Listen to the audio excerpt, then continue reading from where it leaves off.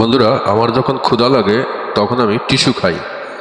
আর কিভাবে আমি টিস্যু খাই আপনারা খেয়াল করেন। এই যে টিস্যুর প্যাকেট থেকে টিস্যু নিলাম, এখন দেখেন এই যে আমি ছিঁড়ে ছিঁড়ে টিস্যু খাচ্ছি।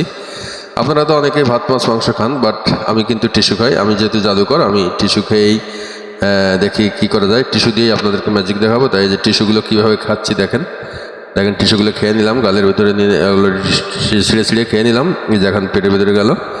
এখন দেখুন এই টিস্যু ছিঁড়ে ছিঁড়ে যে খেলাম, এই টিস্যু দিয়ে কীভাবে এখন কি সুন্দর দেখেন জাদু দিয়ে এই যে এই টিস্যুটাকে কি সুন্দর করে, কত সুন্দর করে টিস্যুটাকে এখন রশি করে ফেলানো হলো। হ্যাঁ, টিস্যু কি সুন্দর করে জোড়া লেগে গেছে ছিঁড়া ছিঁড়া টিস্যুর।